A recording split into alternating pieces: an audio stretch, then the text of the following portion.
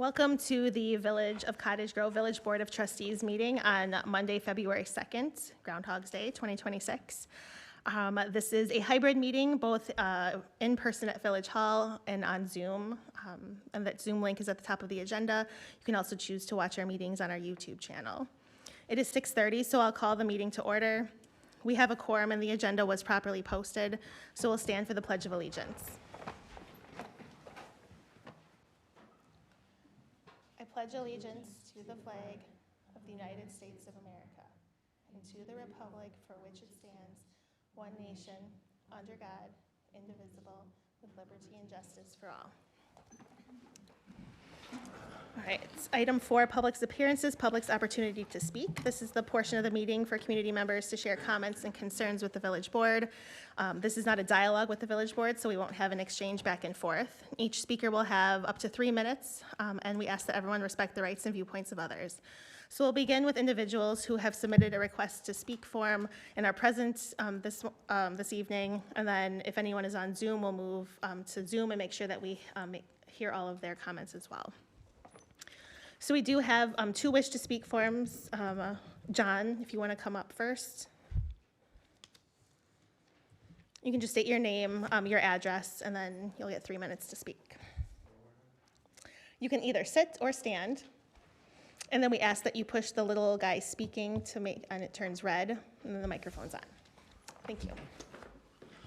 Yeah, my name is John Merrick. I live at 604 North Main Street, and I'm a part owner of 616 North Main Street, both in the rezoning. I don't want my property rezoned. If you guys want to rezone the properties that you own, go ahead, but you buy them first before you rezone any. That's what I think. Can I ask you a few more questions? We can't go back and forth, but you can ask those questions, and we'll have that conversation during that agenda item.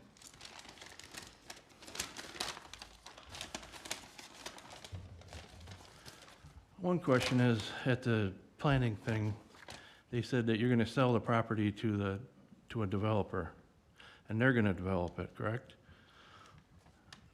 When you sell the properties, are you going to sell the properties at the price you paid the homeowners for, or are you going to jack the price up? That's not right. If you jack the price up, why should you make more money than me? I've been there over about 20 years. And you guys do eminent domain? Will you kick me out if we don't agree on a price, if and when that happens?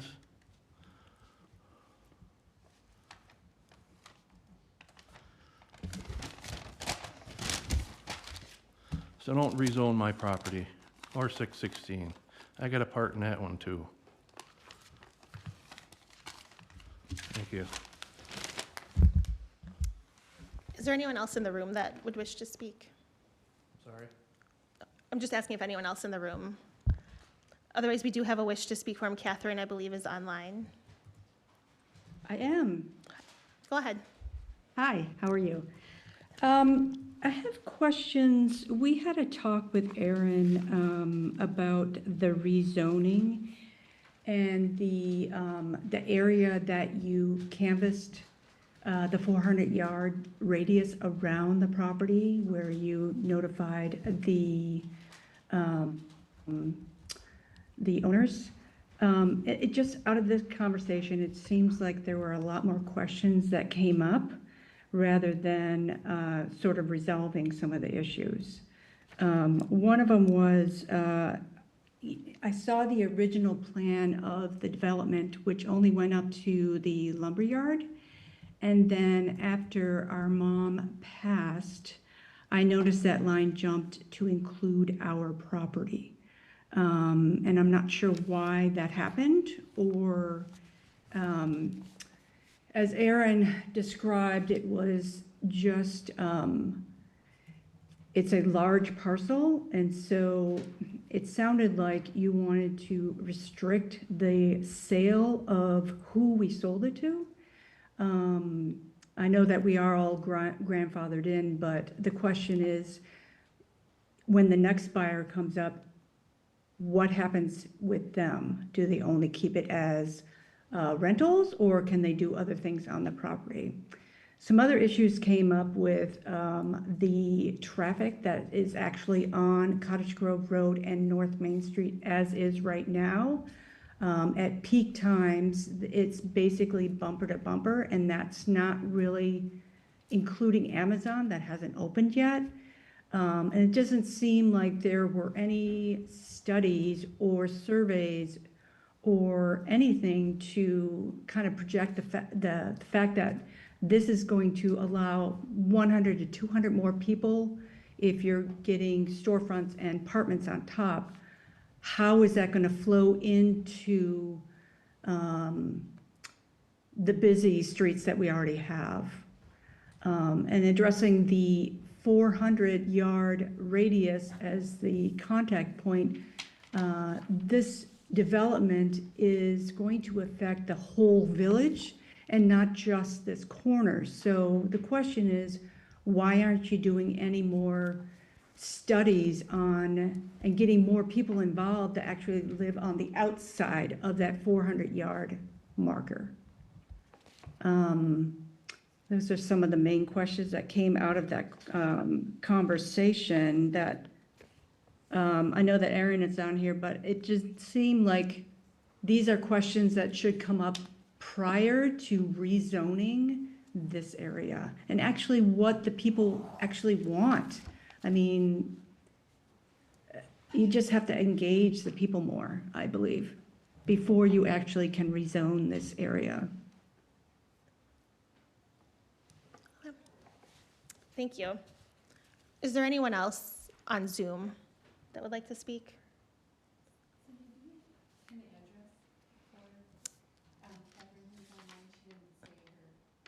Catherine, you're talking about the 604 Main Street property as well, correct?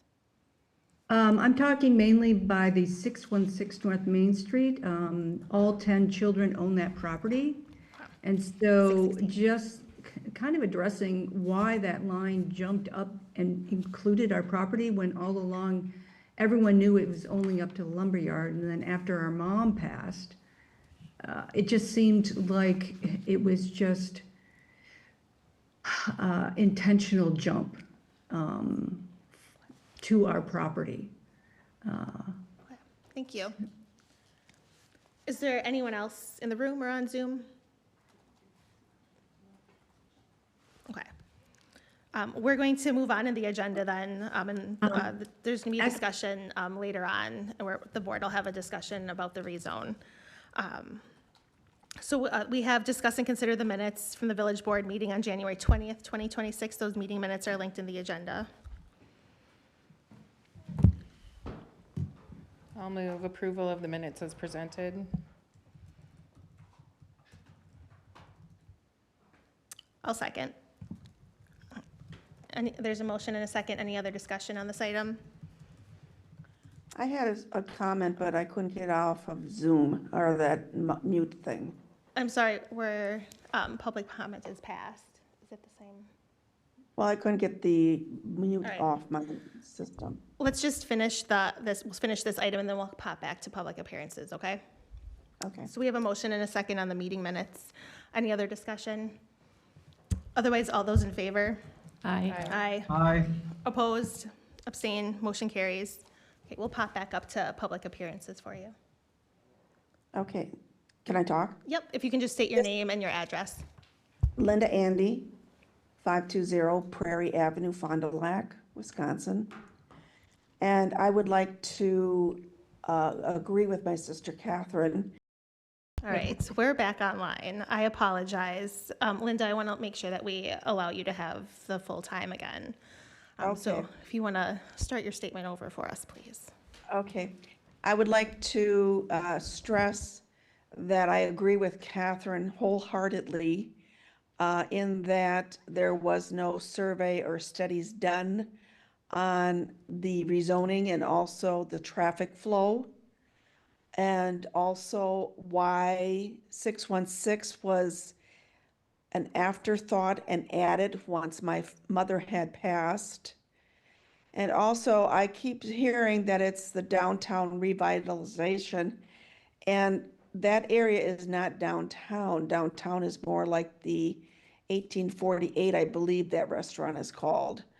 I would consider that downtown. But I am very strongly encouraging everyone to do more of a study and more of an outreach to the general population of the town, because that intersection is quite necessary in the traffic patterns during the day. That's all I have to say.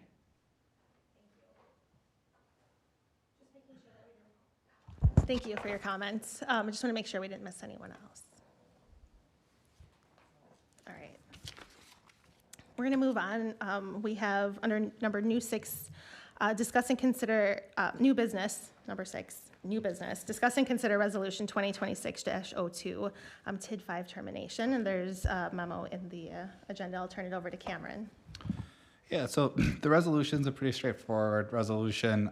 This is the act at the end of a TID's useful life, when it's recovered all of its costs. The resolution is just a signal to DOR that the property and the value is returning to the general tax roll. So after tonight, if the resolution is passed, I'll communicate out to our assessors, the property management at Dane County, as well as DOR, and just communicate that the TID has officially closed. Some things I guess I want to highlight with TID 5, because this is I know we use the word TID and TIF a lot, and I guess tax incremental financing district, for those who are listening online. And really these districts are intended to create growth that would otherwise not happen without the assistance, whether that be necessarily public infrastructure or other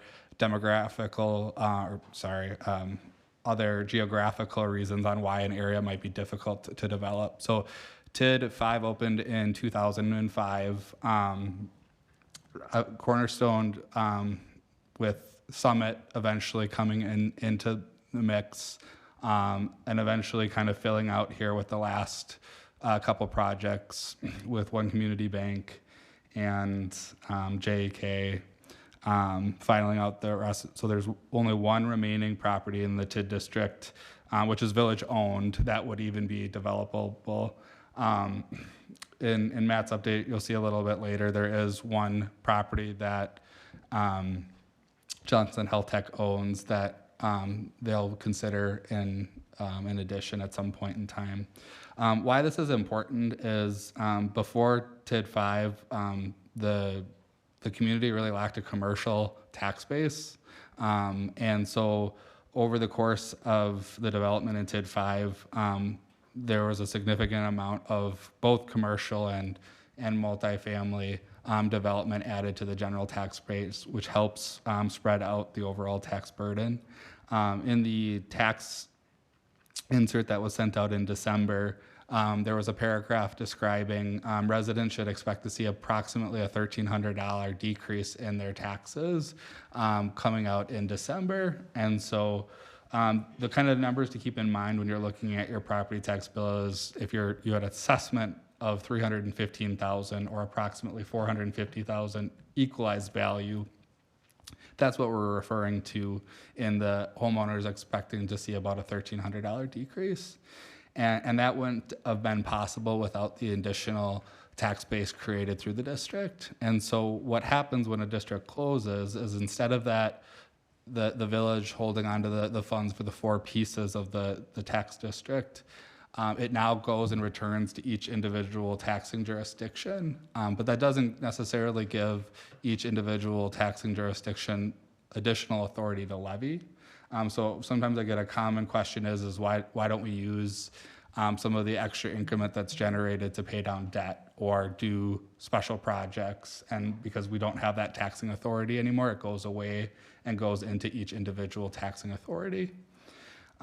So some of the assumptions that were kind of made with that $1,300 decrease in on taxes next year is we were pretty conservative with estimating what our share of the Monona Grove School District's property taxes. We do know that when the TID comes back onto the general roll, that our percentage increase of that district, because it's calculated in TID out. So what happens is it takes our general equalized value less the development that happens within the TID districts. So we'll see an estimated increase from 30.8 to roughly 35% in my estimation, just to be conservative, to make sure that we were giving a realistic number from a cost share perspective. Kind of also part of that estimate was that the Monona Grove would not be receiving any additional state aid.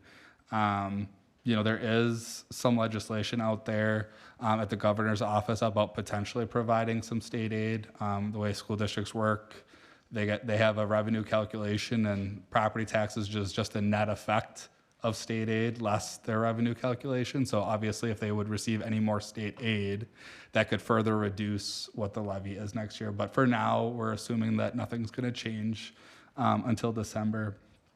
Also assumed in our decrease was that no other bodies would be passing referendums in 2026. Obviously, we're past the April date, but there is time for either Dane County, Monona Grove, or the Tech College to go to referendum in November.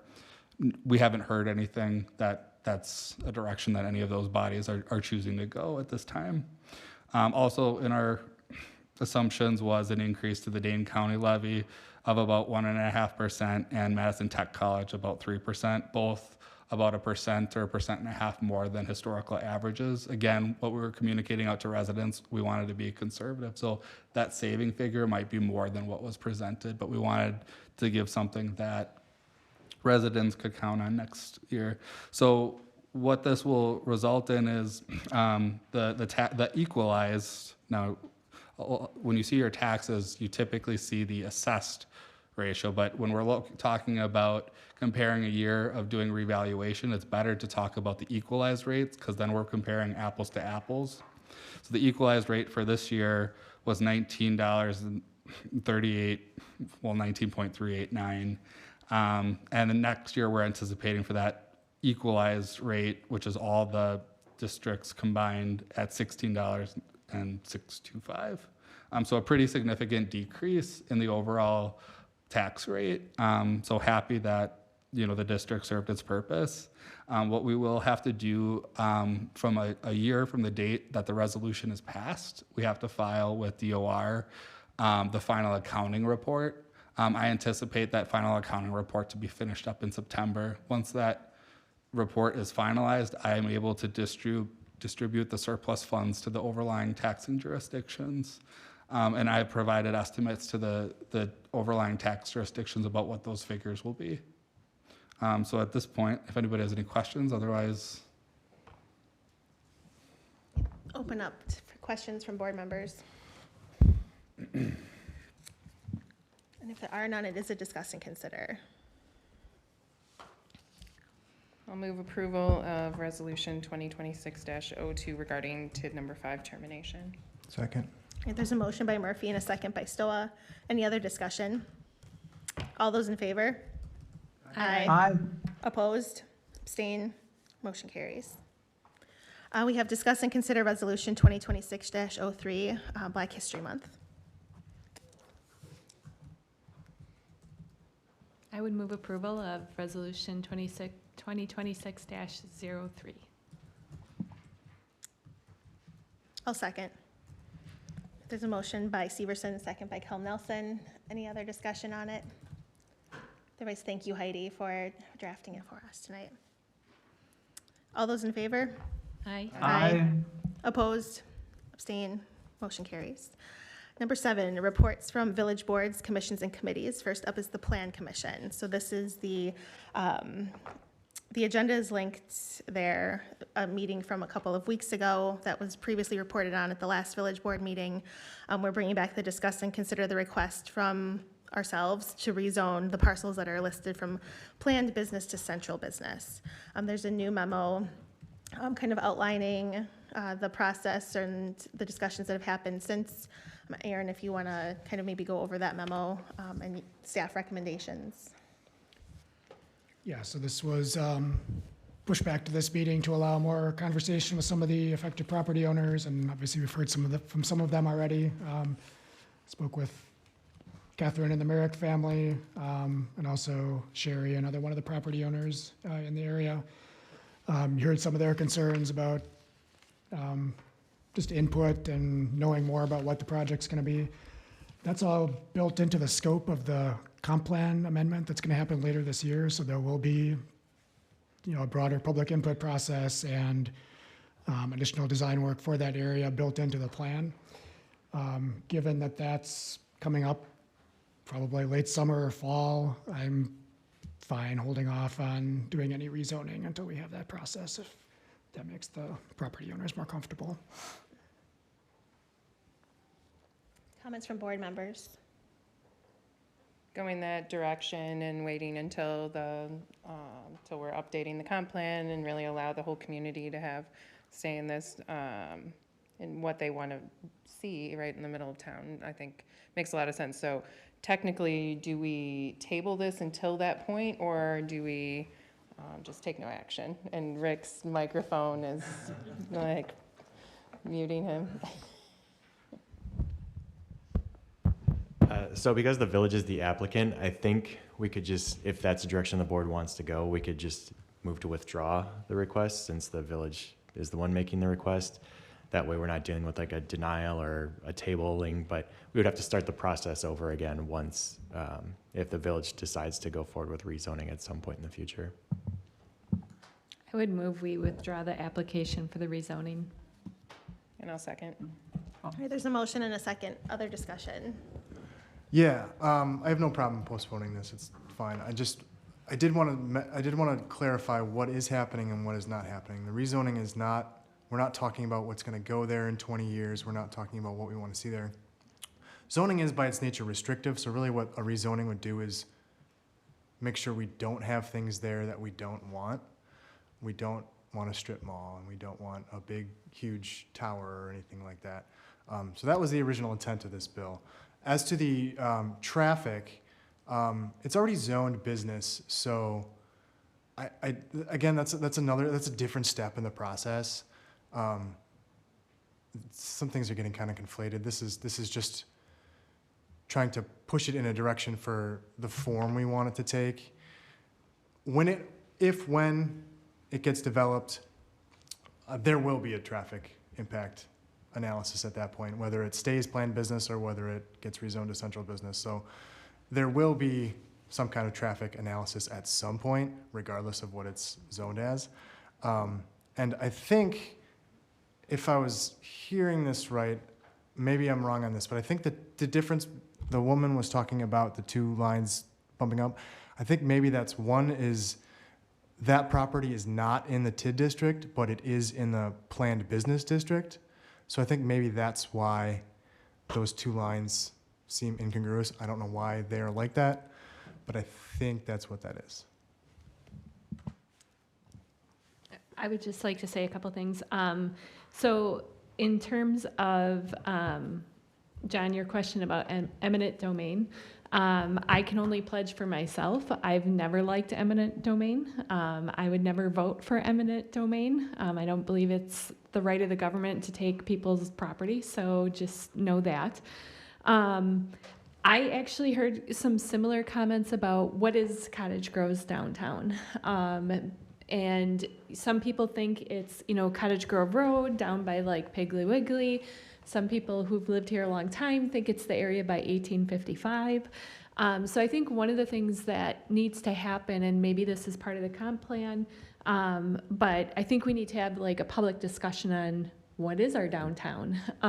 And the way that the village has come about, right, is in different pieces. So we don't have like defined downtown like Stoughton. So, what would the public like to see in that regard? I think that's a big conversation that needs to be had.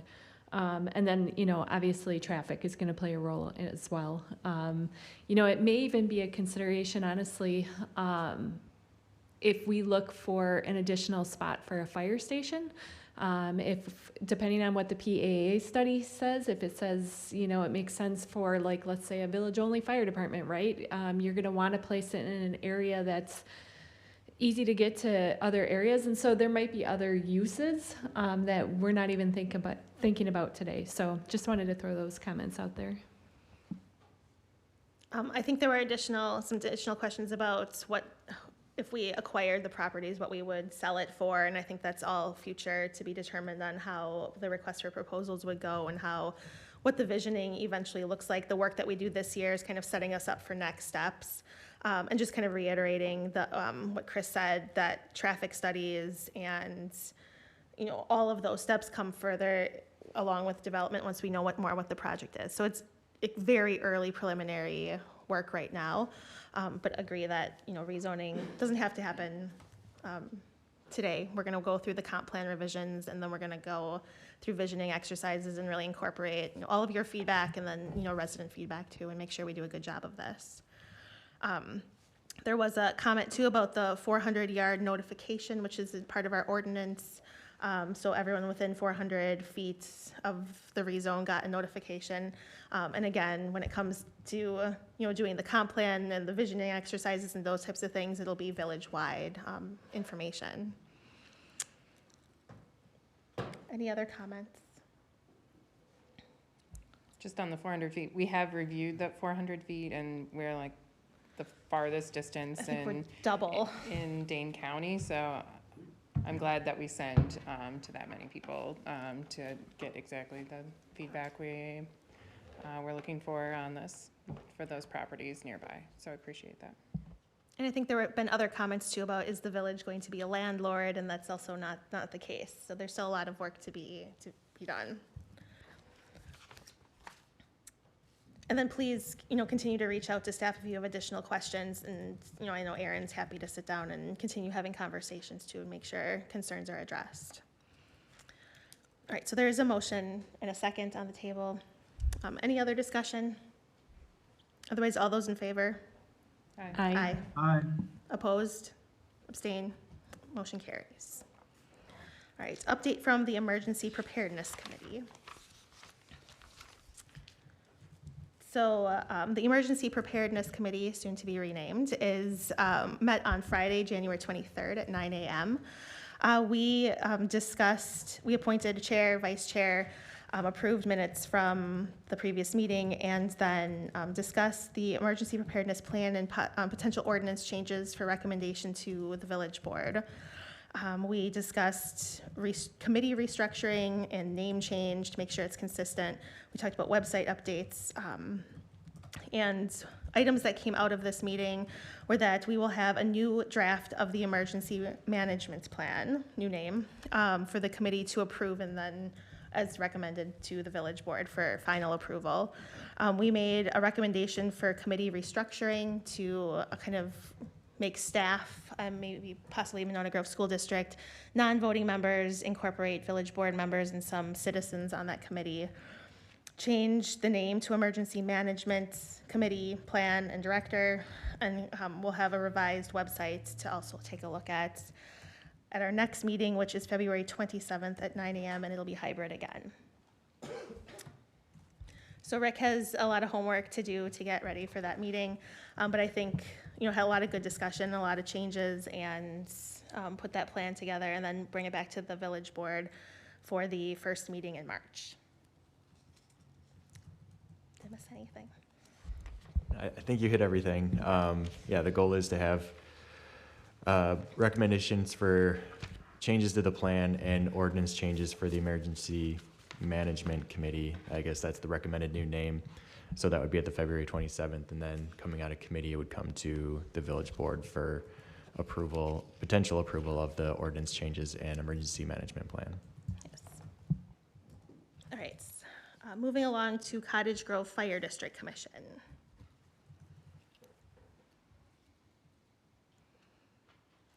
Was anyone at the meeting? Trustee Dahl usually takes pretty good notes, but I see he's virtual, so I would be happy to go through the agenda. Yeah, I had thought you had done minutes for the meeting, so I was assuming you were gonna take it here, Heidi.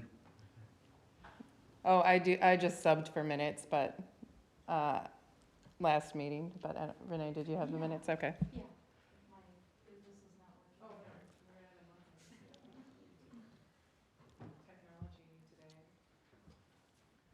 Okay, so to begin with, let's see here. The chief's report was noted that in the month of January that 20% of the calls were false alarms. So I'll circle back around to that. In 2025, it was the highest volume call ever, 387 calls that year. So the higher incidence, there's also been a higher incidence of accidents which have impacted both the village and the town. The fire chief put together an annual report, which we reviewed. There's a memo from Chief Gary about what to do about the high volume of false alarms. And so it was discussed a graduated policy, which would offer an educational step up for repeat offenders. The first call would offer an opportunity to educate individuals on their alarm system. The second time they called in, it would be a verbal and a written warning, and third time, then the fines begin, 3 on up. And it was discussed, do we agree to starting each year, January 1st through December 31st? Or do we do the rolling, I forget I'm looking for the correct terminology, where, for example, if somebody calls in on April 3rd, that would be the start of the new year for that particular homeowner. So it was determined or discussed, how do we keep track of that? Law enforcement will be responsible for doing any of the citations. There was a discussion about the fishbowl chairs, which Cameron sent out notification, and that's going to be tabled until further funding is determined. Electrical upgrades have been complete. Stripping on the apparatus bay the vendor has not been showing up. It's not clear why the vendor has not been showing up to do the job. They're waiting until it's warmer out. Chief Archibald then will be looking for another vendor, or waiting until spring for that to occur. Discuss the town and village public works, the on-call systems. Over this past year, there's been a handful of incidents where public works has not been reachable after hours, which has been causing a delay in homeowners receiving service. So it was discussed that Chief Archibald and Kyla will be hopefully getting together in the near future to work out a plan. So when homeowners call in after hours and call Public Works and there's nobody available, then they call back to emergency, and those calls automatically go to Dane County Dispatch, which then fire and police are both notified, so they all show up at the scene. And the problem has been that with the turnover of staff in Public Works, some of them live further away. So it's taking them anywhere from an hour or so to get to the scene.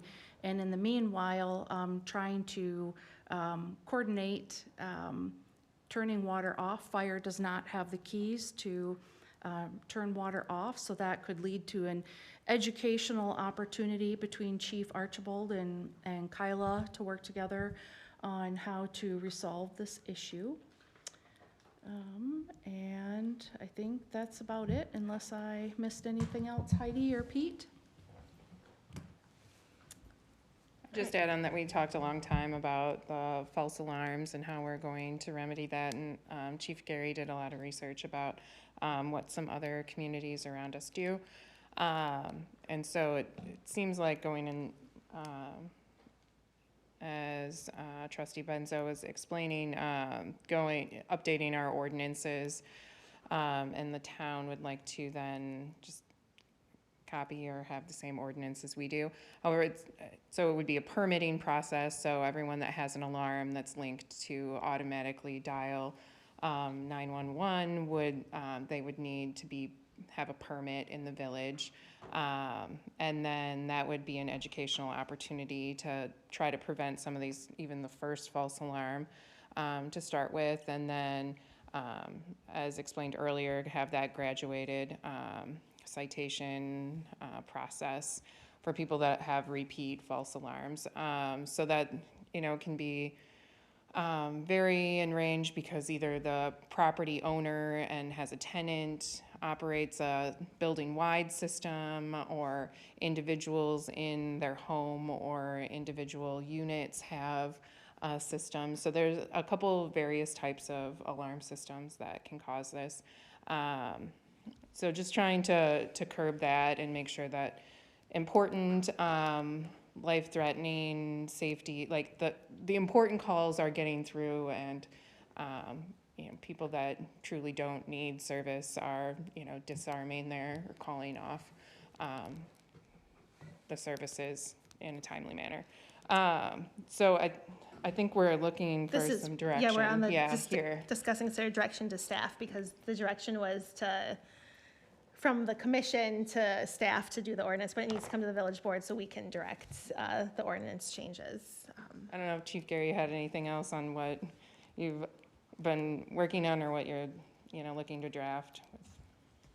You both covered it fairly well, so it'd be working with legal direction to work with legal.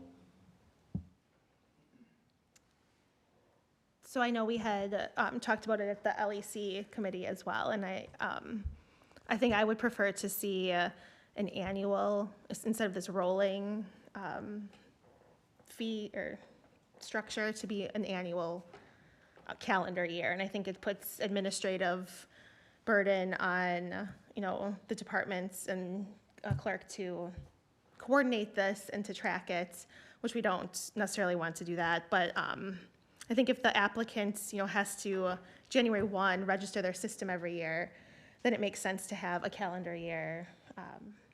Are we giving staff direction, or are we gonna debate the merits, or, because, obviously, we could spend a lot of time talking about the details.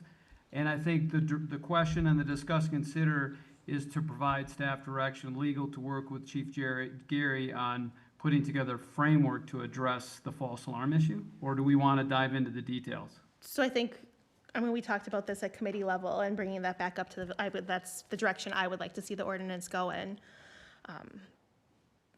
We can certainly debate details We could debate forward. that, I'm just because saying when that we- that's.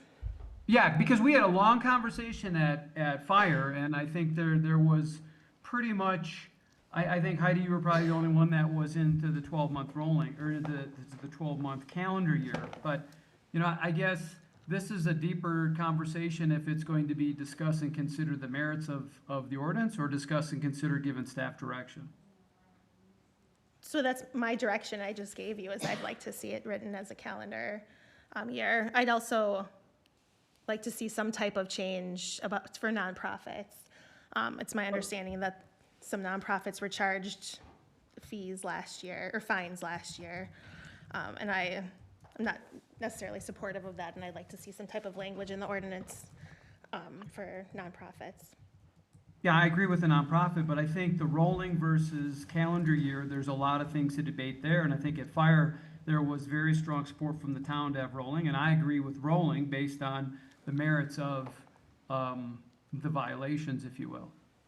Okay, this is a town-village ordinance, or this is just a village ordinance? No, we want to work with the town, and the whole idea was to come up with something that we could adopt together and implement together. But again, if we want to deviate, that's our choice, but it's not the type of work that we would like to do with the town. Although we would be utilizing the resources to write the ordinance, and then They'll be reimbursing us? that part wasn't discussed, but What we discussed was that, Chief, you were going to work on putting together a framework before we invested in legal resources, and that we would have an opportunity align on the framework, because the way our ordinance is written right now is just automatic systems. And as we talk, there are other things that trigger false alarms that need to be addressed. And Chief, you were going to look at that whole gamut of the false alarm universe and come with recommendations before we would actually implement legal work, unless I'm missing something, Chief.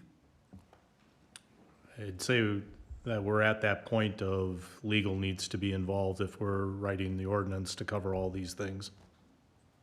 So do we have a draft of a framework? Because when we met at Fire, we really talked about a lot of questions, and there was a lot of things that you were gonna follow up on.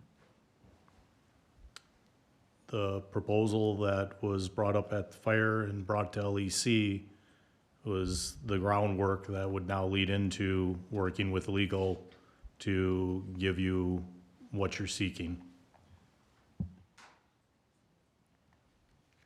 So then I guess the question that you're bringing up, Cindy, is do we go down the path and develop an ordinance for the village? And that's fine, and we can certainly do that, or do we want to partner with the town?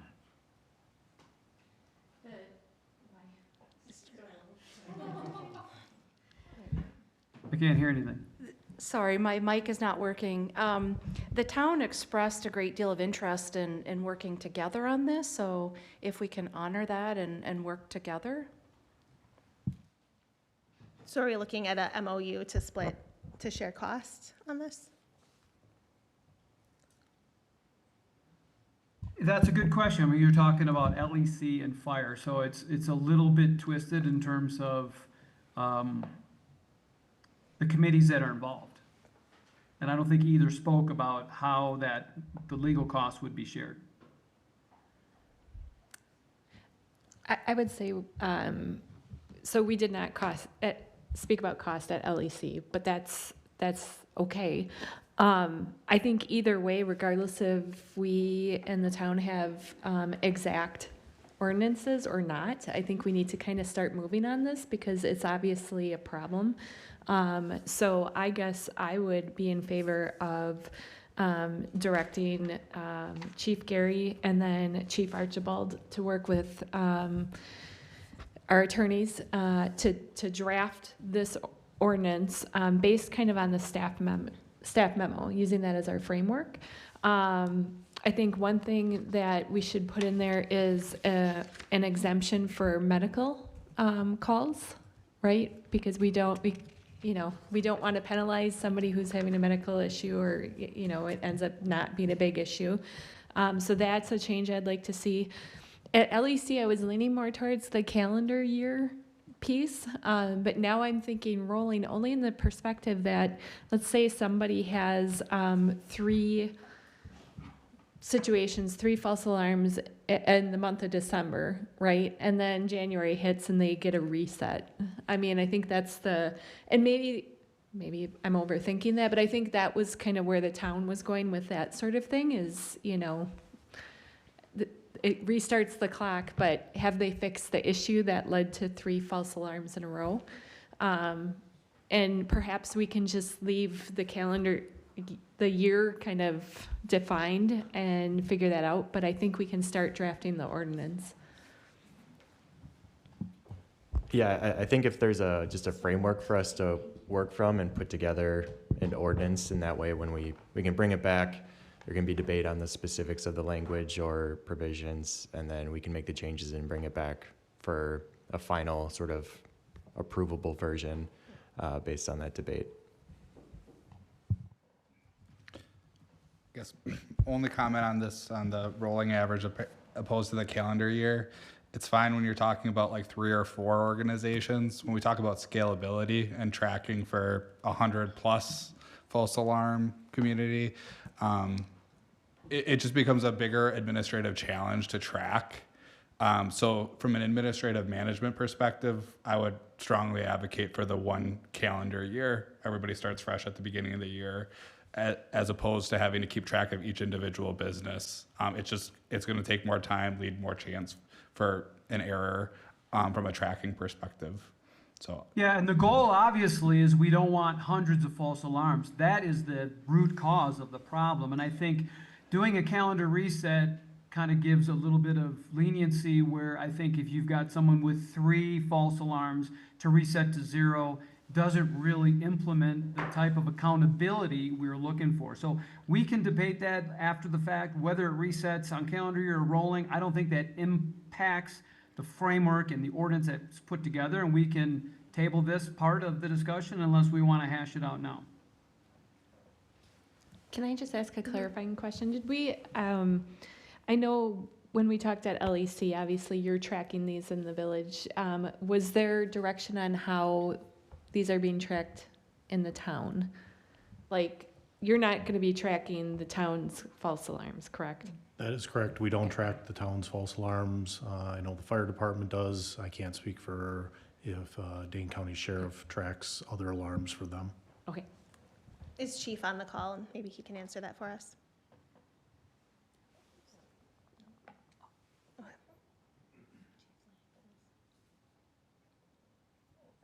You know, false alarms are important on both sides, both fire as well as police. But at the end of the day, the burden that it puts on our volunteer department when half of the calls. All right, so we're on the discuss and consider direction to staff regarding potential amendments. It sounds like direction from the village board is to have the chiefs work with our legal team on ordinance changes, but maybe we'll have a future discussion since Pete had to drop off. We want to make sure he's included on the rolling versus annual, but please also maybe bring a full staff recommendation on what you would prefer to see and what types of pros and cons there are to both scenarios for us to consider. And then I would like to see the language for the nonprofit and the additional language for the medical incidences as well. Do you want a formal motion?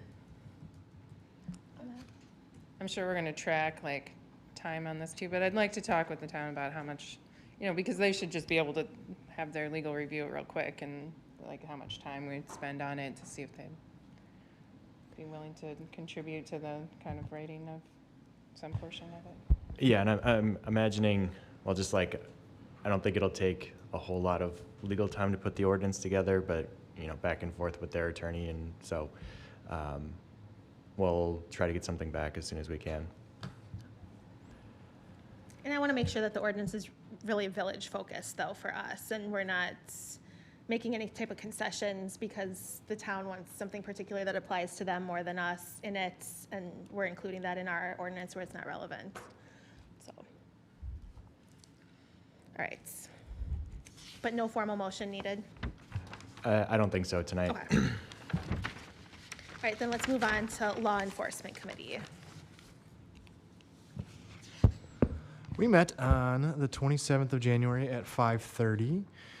There was no public appearances. We approved the minutes. We discussed, considered, and passed a recommendation for the village board to pass a sexting ordinance. We got an update about the social media police blotter. It's currently on hiatus, but it is coming back. It's just getting reworked a little. New business, we talked about, we had a sort of overview about the flock safety equipment. Might be useful to have that with the full board at some point, but it was good. It was a good little conversation. We talked about the 2026 Polar Plunge, which is coming up. The police department is raising money for the Special Olympics. We talked about the false alarms. We got chief's reports from November and December. And in the future, we will be discussing e-bike and scooter usage and the 2025 annual report. Comments or questions? I was just going to say two additions. I would agree. I think the flock camera conversation would be good to have at the village board level. There's a lot of good information and then there's a lot of public dialogue going on about it, so that would be good. And then we also were talking about, as a next agenda item, moving the meetings potentially here so that they could be televised for the public. And then we do have a discuss and consider ordinance 03-2026. There's a memo and then the ordinance for consideration in the agenda. So this was brought to LEC a while ago. Again, the memo lays out the intent and purpose behind it. Our partner agency in the city of Monona has had a similar ordinance on the books for a number of years. It's supported by the Monona Grove School District to address some of the matters. Again, this is related to minors or juveniles. And I recommend that the village gets an ordinance on the books that we can start taking action on and trying to correct patterns and behavior in a positive way. I would move approval of ordinance 03-2026. And I'll second. All right, there is a motion by Severson and a second by Murphy. Any other discussion? All those in favor? Aye. Opposed? Abstain? Motion carries. Any other comments for LEC? Otherwise, the library board met on Wednesday, January 21st. Should have been 2026. We approved our minutes. We we annually review our mission, vision, core values, as well as our programming mission statement. The direction was to remove emphasis on a building, but maintaining our vision. And so we have worked some edits, and I believe our staff person got everything posted today. We discussed programming, the mailer that is going out this week, the lunch and learn schedule and topics. We talked about programming cards, which we're going to reserve for our summer programming, which is going to have a big emphasis on a summer reading program actually here in Cottage Grove. We had updates on 2 new free little libraries that we're working on, and then a whole host of programs that are kind of consistently expanding, and a lot of new things at Drumlin, kind of reaching out to some of the seniors a little bit more too. The all-community read is tomorrow at 6 p.m. at GRS, and hope everyone can come to that. We approved our bills. We had a little update on the Glen Grove Resource Fair that we went to earlier that day. We did receive a considerable and very generous donation to the library board. And our next meeting is February 18th at 6 o'clock.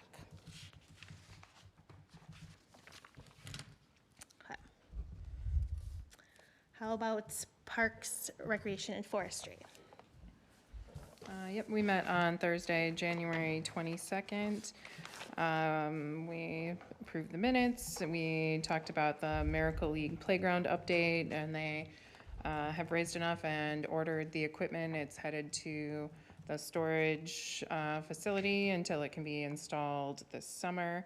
And they're doing well on their fundraising goals, so I'm still looking for a early Q3, like July start. Shady Grove Park update, the contract is signed. It's a June 13th substantial completion, so that neighborhood should have a good part of the summer, actually right when school lets out, to utilize that playground in Shady Grove. Then Sean provided his report. The Village View guide is scheduled to come out on the 18th, so keep an eye out for that. Some programs to highlight.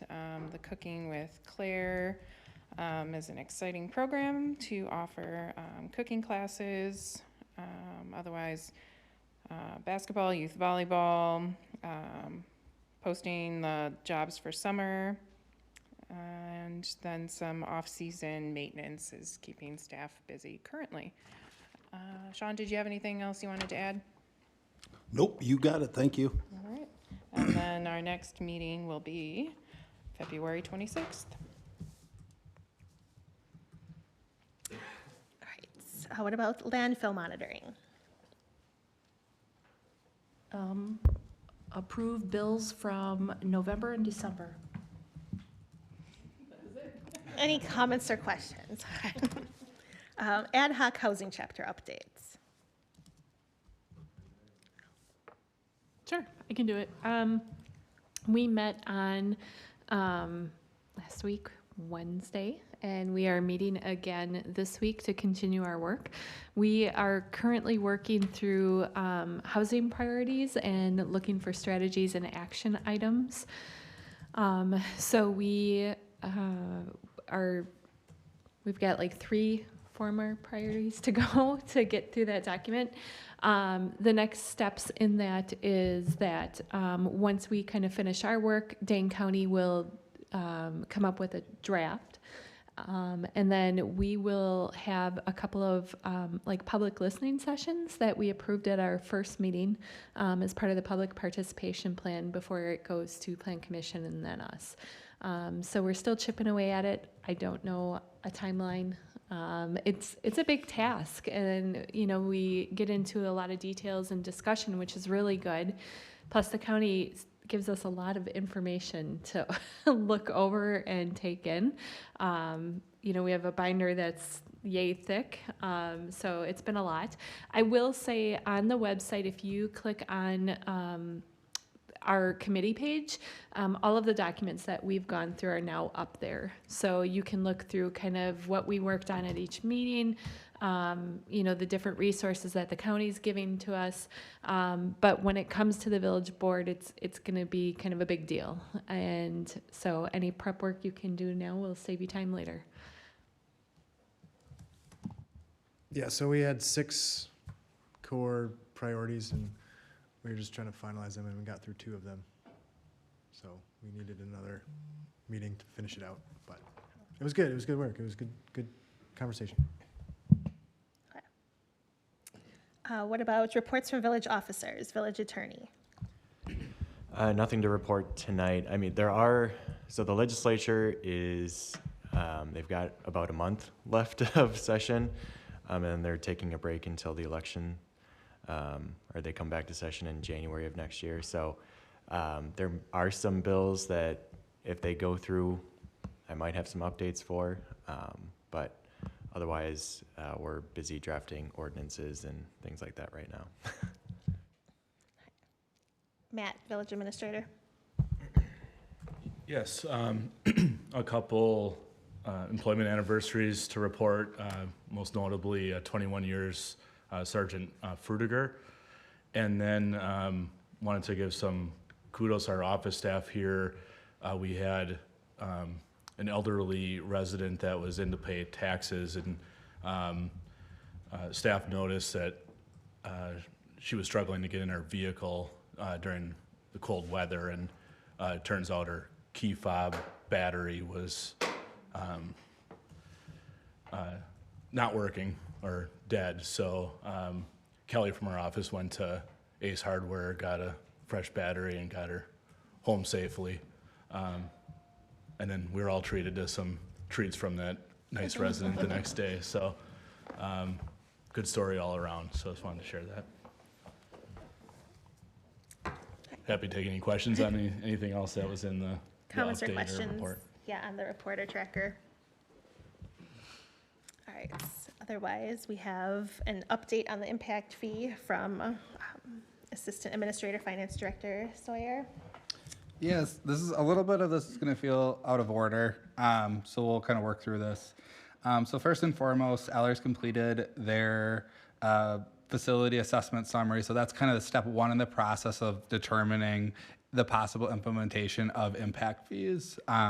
So as part of that process, we had a meeting with Allers and Rick last Thursday to kind of talk about the implementation or the steps to implementation of the result of that study. So one of those steps, we're required when we do a public hearing notice, a reference to the draft ordinance. And so as part of that draft ordinance, I didn't feel like I had enough board direction on the amount for the public safety or law enforcement impact fee. So wanted to bring this conversation back to the board. If you would like me to just include the amount that was calculated via the study in the draft impact or in the draft ordinance, and we can always change it. If you would like me just to have the water and sewer changes in there, and then we can talk about on March 2nd, the law enforcement, we can certainly do that. But really, before we draft an ordinance that might not even be used, I just want to make sure that we were effectively utilizing our resources. So just, and I will be putting the feasibility study on file with the clerk tomorrow. So what you'll see, a residential impact fee calculated for the law enforcement portion is $2,158.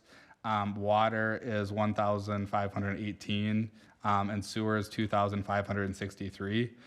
Both water and sewer, we were really pleasantly surprised that the delta between the 1995 fees and the fees today was not significant. So very happy of a result. Law enforcement, obviously, we kind of expected something similar to that based off of McFarland's study. So really what I'm hoping for, and we'll get feedback on February 19th. We have a listening session on Zoom at noon, and then in-person feedback session from 5 until 6 that evening. We'll post a possible quorum, so if board members are interested in attending and listening to any feedback, we'll certainly welcome you guys to come. Aaron and I will do our best to summarize that and have that, to present that along with the feasibility or the facility study on March 2nd as well. So just kind of looking for general direction on what you'd want to see in an ordinance. And just a quick comment on that. So we would put the ordinance together. We have to notice the public hearing, and then there's the public hearing on that ordinance. That doesn't mean we can't change the ordinance after the public hearing. I mean, you gather input to make those decisions. So we just wanted to have direction on what the ordinance would encompass, whether it's sewer and water and law enforcement, what those numbers are. So you said it was for the law enforcement impact fee was $2,158. Yep, so just remember that there's a single family, multifamily, and then industrial and commercial at different rates. I just gave the residential. Okay. And then the commercial and office would just be backed in through equivalencies. So I can't do that. Like if you said you want $500 fee, I don't know what the equivalency for commercial industrial off the fly, but I would let the board know what those So were. 2158 is for residential? Is that Yes, per correct. unit or per acre or per square foot? Per unit. So multifamily is assuming is a little bit less. It's 1,439. And so when Ellery goes into their impact, really what it's doing is it's estimating per person or per capita in said unit. And so they have to do some obviously estimations as part of that with their assumption, because they can't use partial people. They're using 3 for single family and 2 for multifamily. So then if you have a unit that has 10 units, it would be 10 times the 1,439. Thank you.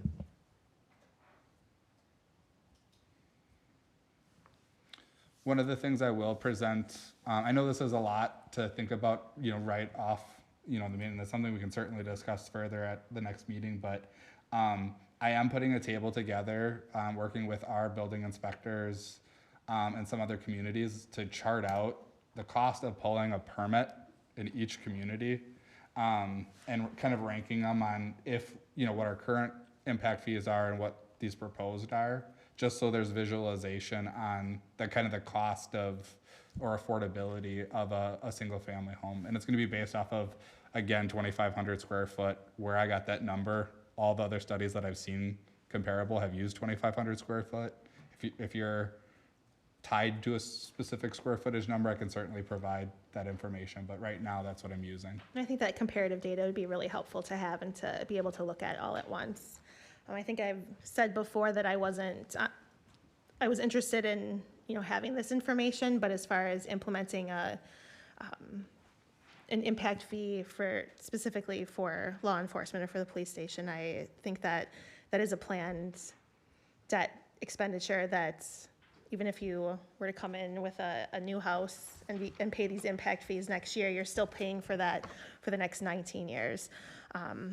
I would be interested in an impact fee, based on the outcome of fire and EMS study. And once we have that information, that's something that I'd be much more interested in entertaining in the future. That's just my comments. Yeah, and one of the things that I can mention, I think the water and sewer amounts and structure of the fee we've been looking at over the last year with the Utility Commission. There's nothing saying that we can't move forward with water and sewer and then come back and add law enforcement once the board has had more time to or if you guys are ready to make a decision, that's certainly up to the board. But what I need to know tonight in general is what in an ordinance you'd like to see. I'd like to see water and sewer in an ordinance. Others? I guess obviously had brought this up to begin with, so I would prefer to see the police department project in there. I think, Ellers obviously did a pretty substantial report, which we'll get a copy of, you said, right? Tonight, yeah. So, I would advocate for the numbers that they used and that they developed from the report that they did. And I think, again, the trigger for the police department was the growth that we've had plus the expansion. So I think it makes sense. I would like to see it in there. I would agree as well to correlate with Ayler's report, and I'd like to see the police in that as well. I'd really like to see that comparative data, since we're adding a new fee, and look at the whole story of all the fees that it takes to pull a permit.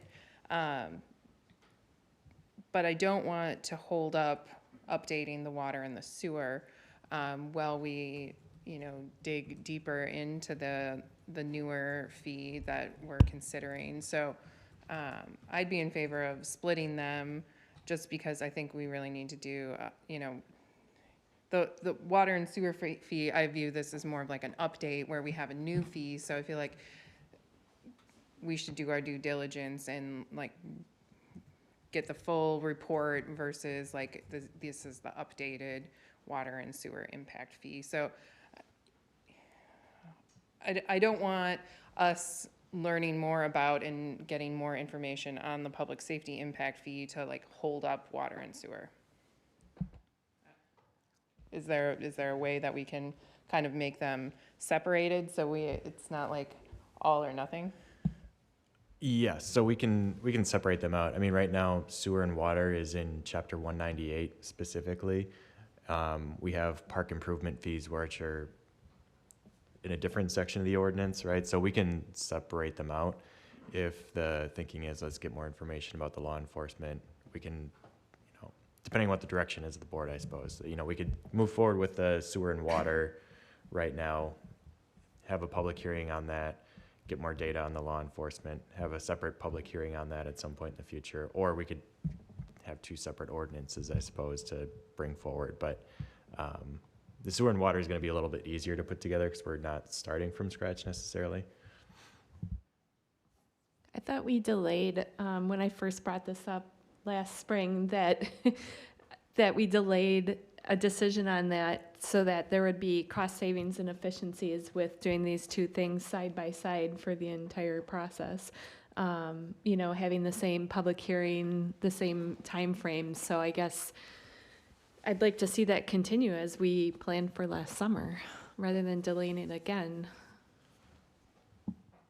My hope would be it would be in the same chapter. I don't know how commingled the law enforcement fees have to be with. I think there's a couple paragraphs in the very beginning that are a little possibly commingled, but then actually talking about the law enforcement. Yeah. So as you can see, we can go. It can be drastically different avenues, and just wanting to make sure that we're just being efficient. So we can prepare kind of two versions, or do we prepare the ordinance as the study is, and then the board can make an adjustment based off of their decision? I think that would be most efficient moving forward. Okay. To just prepare it as, The study. as the study and have the public hearings, and then provide us with the data, comparative data. Because I do have concerns about affordability, Yeah, based off And of the. like I said, I'm not on board, but I haven't been since the beginning, so. Okay, I think I have enough direction. Wow. Where are we at? Communications and miscellaneous business. Consider approval of vouchers. The bills list is in the agenda. Comments or questions? I There was a couple questions that were sent that I followed up via email. Chief, can you just touch base on the time expense from DOR or DOJ? So time expense from DOJ it's a essential part of our operations as it relates to getting returns on driver's license, vehicle registrations, warrants, issuing missings, lost property, anything that goes into the system, the statewide system, stolen property, things of that nature. So all our officers are certified for the operation of that core element. And then just a couple of requests for some legal invoices that were sent out to the board. And then a question on the new tech painting bill that I sent out, calculated value for that agreement specifically was 80% of the taxes generated by that property rebated through the MRO obligation. That was just amended in December. Any other questions? Move approval of the vouchers as presented. Second. All right, there's a motion by Murphy, a second by Severson. Any other discussion? All those in favor? Aye. Opposed? Abstain? Motion carries. Correspondence. I think I'll just use this time to update you that we had a kickoff meeting for the fire and EMS study that is between, that is going to be happening over the next 4 months, most likely. And so we talked about just kind of aligning expectations when it, going through the RFP and making sure that we are hitting those deliverables, setting some timelines and next steps. Steve Anders and I are going to sit down and go through the survey that they proposed that they're going to be giving out to elected officials, and we're going to make sure that we are aligned on that survey before it goes out to everyone. And then they will follow up with elected officials as needed. And so that's kind of our part, and that will be sent out probably in the next, I think it's in 2 weeks. They are also, there's going to be a walkthrough of the current facilities. We made sure that everybody was aligned with, the goals and expectations of the study and really focusing on the village and town and not, the village of Deerfield and their facilities. And so we made sure we had that very clear. We met with Cedar Corp and then talked about some of the mapping and they're going to do some kind of extra mapping of where fire is responding from and kind of looking at some of those call times, which I think is going to be really good data for kind of the current needs and and how we then, either invest or what's going to happen with the ESB. And so that's going to give us some extra data that I think will be really good. And so, that next step is really that on-site visit with the chiefs. And then you can all expect a survey there'll probably be a deadline associated with that. So, any other correspondence? Upcoming community events. The community read is tomorrow night, which is exciting. Family fun night? Family Fun Night is February 13th at Cottage Grove School, sponsored by the school and family organization. The night hike is the Saturday, and then the Sunday is a special story time, so it's Family Fun Weekend in Cottage Grove. There's a bingo night too, right? Monona Grove Education Foundation has a bingo night or day, afternoon on Sunday, February, I don't know, but you can look at their Facebook page. It's coming up, I think, in the next 2 weeks. I'll just throw a plug in again, Polar Plunge, February 14th, taking donations for Special Olympics. All right. Future agenda items, we will have the 107 property offer to consider at the next board meeting. There was a request for a little presentation on the flock, and maybe, I don't know if we want to pair that when the transparency module is live, so that if we talk about it, then people can actually go and look at it, and that should be upcoming too. Any other future agenda items? Discussing alternatives for meeting. Zoom webinar. Yes. funding that immediately. Thanks. There'll be a budget amendment. There'll be the first 26 amendment and 25 amendment. I just need to work with Kyla and final reconciling costs in 25 and 26. Naturally, some projects don't get finished at the end of 25 that have to be carried over to 26. Vice versa, sometimes we have cost efficiencies in buying things in December for 26. So I'll have a budget amendment to bring the costs into the proper year and adjust either forward or down for actual costs. And then Greg will be here from Ellers to present the 2026A financing plan. As always, as you get draft copies of the agenda, don't hesitate to reach out and ask questions. All right, friends. Motion to adjourn? Second. Motion and a second, non-debatable. All those in favor? Aye.